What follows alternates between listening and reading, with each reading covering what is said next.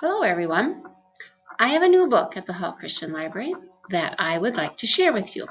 The Cool Bean, written by Jory John and published by HarperCollins Publishers.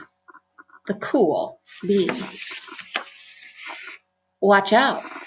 Here come the cool beans. The cool beans. Oh yeah, check out how they move. Look at the way they swagger. Notice their sunglasses. Yeah. The cool beans are known all over school, from house to house, across town, beyond county lines. In the olden days, last year, we were all one big pot of beans. We were a mixed bag, but somehow it worked. Yep, those were the good old days. And then we stopped seeing each other as much. That's just how it is sometimes. You spend lots of time together, even though you're not totally sure why. Well, I watched as the beans I knew so well, because they were from my own pod, became the cool beans. Oh, they were so cool. One of them could play the guitar. Cool. One of them could draw the best superheroes. Cool. One of them could jump higher than any bean I've ever known. Cool.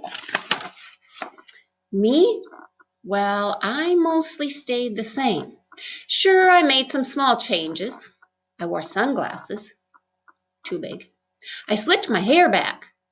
Too slick. I strutted around. I swaggered. I was still picked last for everything. My clothes never seemed to fit. I snorted when I laughed. I walked into stuff. I was an uncool bean, for sure. Well, I started thinking of myself as just a common bean with no special skills. I couldn't compete, so I didn't even try. I'd never be a cool bean. It seemed like there were two types of beans in the world. There were the cool beans and the beans like me. The days all blended together. I lived my life and things were just okay. I took my tests and ate lunches and mostly just kept to myself. The cool beans continued being cool. I mean, sure, I missed them a little bit, but it's not like I was going to say anything. I felt like all that coolness had gotten in the way of our friendship. And that's how it went. Until one day, I was in the cafeteria and I dropped my lunch on my loafers. But then something sort of miraculous happened. One of them, out of nowhere, one of the cool beans helped me clean it up. He didn't say anything. He just gave me a nod, and that was it. Well, later, I was out on the playground. I tripped, and I scraped my knee, and I maybe cried a little bit, and everybody saw it. Another one of the cool beans came to my side, and without a word, he dusted me off.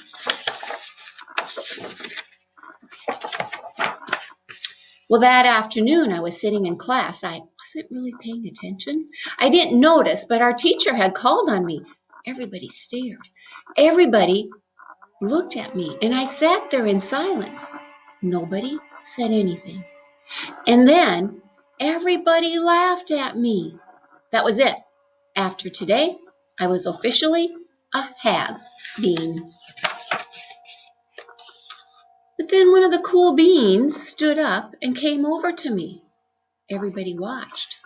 She leaned in close and she whispered, "Hey, the teacher asked you to read from page 32. She gave me a quick wink and went back to her seat. It was a small gesture, but it was also everything. I walked home with a goofy smile on my face. I smiled all the way through dinner. That day made all the difference. It was a day that could have been really bad if not for the kindness of a few cool beans.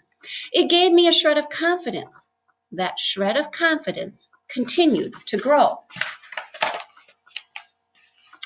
Somebody had my back, or a few somebodies.